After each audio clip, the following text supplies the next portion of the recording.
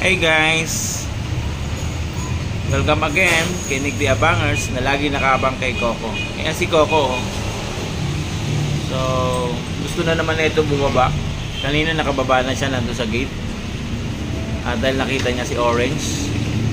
Pero dahil sinasabihan ko siya, ayan o, nandito lang siya. Ayan o. Buti na lang lagi nandyan si ate Cupcake niya. Ay! Ay! Oh, nagalit si Cupcake, nalaglag tuloy oh. Yun, nalaglag. Punta na tuloy doon. Guys, dito oh. Hindi ko alam kung ang ginagawa ni Cupcake ay sinasabihan niya si Coco na huwag doon pumwesto. Bakit nagalit si Cupcake? Ayan oh, nagpunta tuloy dito si Coco. Ayan oh. Coco, halika na. Halika na dito. Akyat na. Ano nangyari kay Coco? Titignan. Ano nangyari? Doon na lang sa room, matulog na lang doon. Sige na. Tignan natin ano nangyari kay Coco. Buti na lang, mga pusa ito, sanay ito sa paglundag. Yung aso yan, napilayan na yan. Ate Cupcake, bakit mo ginirian si Coco? Ha? Sinasabihan mo ba na huwag pumwesto ron, baka mahulog? Ha? O nagkagalit ka kay Coco? Kasi makulit. Ate Cupcake? Ha? Alam mo si Coco? Ikaw talaga, kayong dalawa nga lang magkasama palagi eh.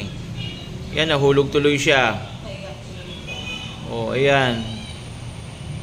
Dahil nahulog siya doon, o, nagtago na tuloy siya muna. Hindi natin alam kung ano nangyari sa kanya. Yan, mamaya guys, abangan natin kung kamusta na si Coco.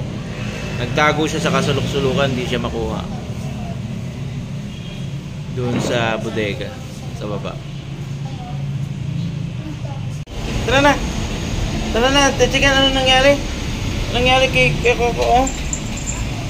Ayan, oh, takbo na tuloy siya. Ayan. Ano nangyari? Kamusta ang paa? Kamusta? Sakit? Kamusta ang paa? Nahulog ka? Ayan.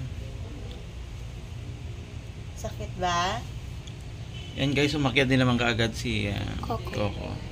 At mukhang di naman siya nasaktan.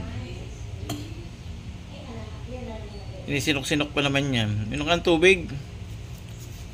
Guys, I hope na patuloy nyo subaybayan ang video ni Coco. Hanggang sa muli. Bukas ulit. Bye-bye.